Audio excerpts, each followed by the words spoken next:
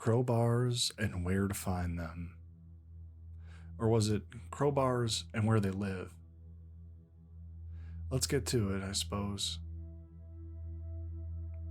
It is a damning, bloodless time to be alive and in love, chastised, circumventing turtle doves at the speed of war.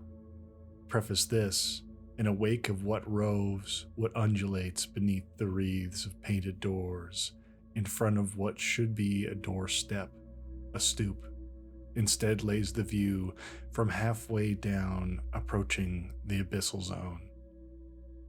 And here we float, an echo in the deep, amongst echoes in the deep, coin-eyed and death-masked, lo, none shall weep. Here I lay mere clusters of veins in the deep of what once fed the hopeful shine living on the backs of retinas, of what once held the sweaty palms of lovers, broaching heat death together, naloxone scented and a very loud cardiogram. I've never heard such a noisy and high-pitched silence. Of 9 lives past, of 90 years in wait only, carried and aging, leaving cheap bone spurs and degraded cartilage. Of whispered, somber conversation, packed away in under-eye bags, dark circles, dispelling these fucking miserable truths of misspent youths. An overused yet true cliche. You'll hear this from me many, many times as I've tried to relive those dog days correctly. What an alimony to pay to nothing. Ties to weigh down the corners of the sheet of homage, barely keeping the beady rain away, only just tonguing the corners of this metaphor, leaching the bronze of crumpled statues into the deep wells of groundwater, all of which draining to here, to now.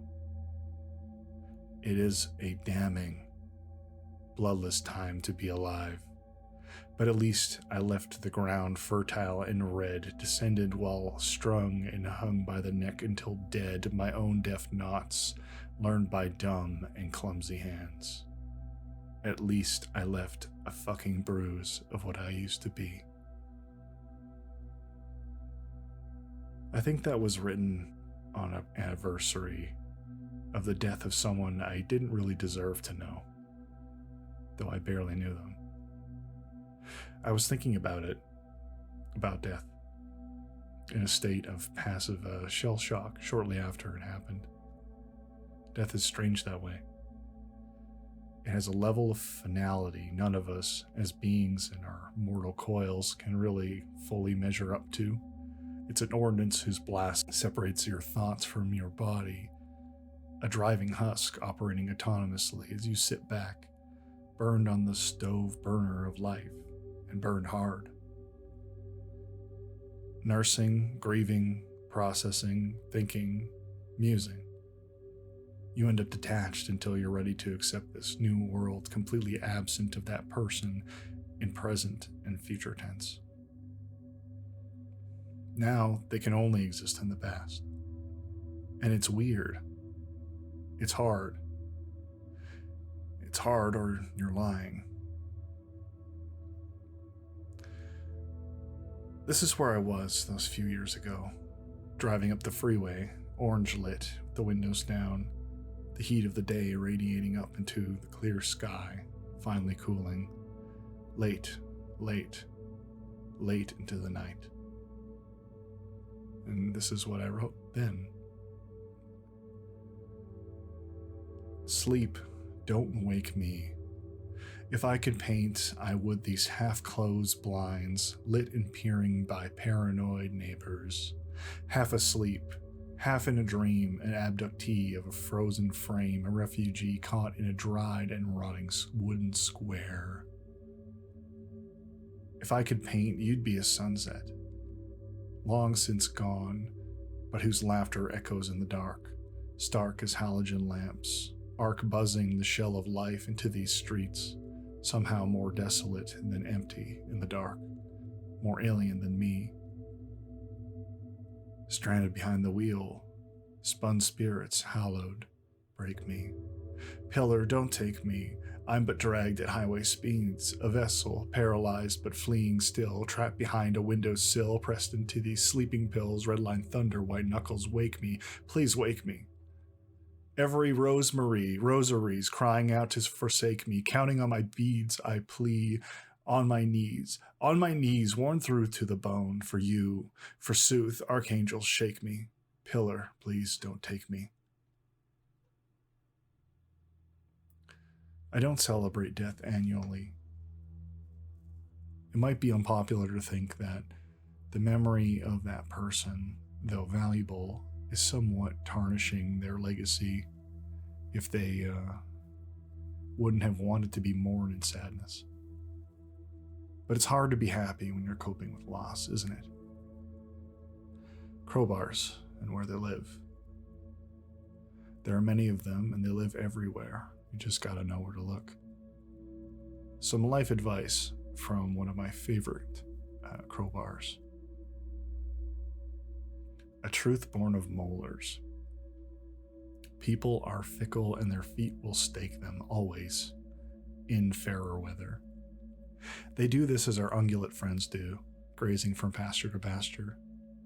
We're hard-pressed in life to find people who move through the action of their eyes, upright and ahead, instead of the idleness of shuffling feet.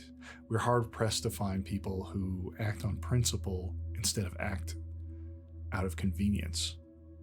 And the hard part is both types look the same. Now, to really beat this metaphor into the ground, know that winter comes to the pasture first.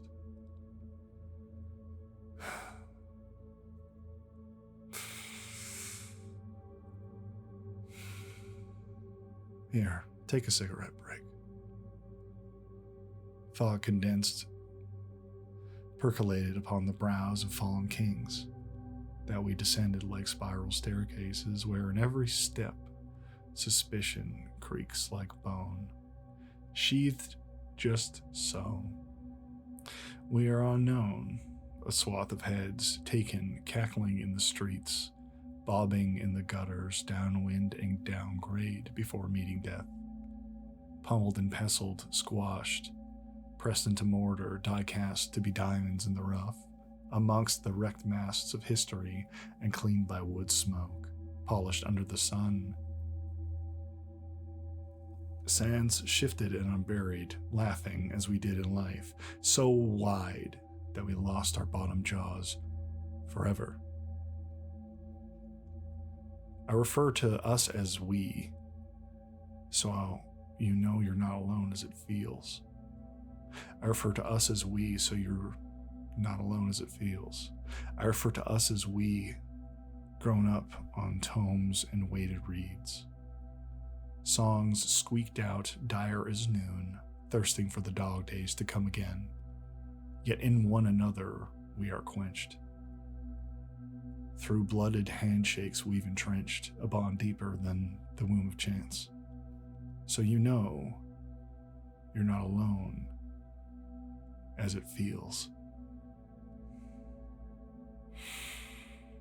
Gods, I'm tired. I've hardly smoked in my life, but I can certainly tell you that I have, mostly, to stay awake in times like this. Trying to drop Dali's key, I suppose. But I couldn't compare myself to him. I'm not much of a painter, after all. It's hard to validate as what could loosely be described as an artist if my walls are just asylum white. It truly is a bloodless time to be alive, but take respite in knowing it's not forever.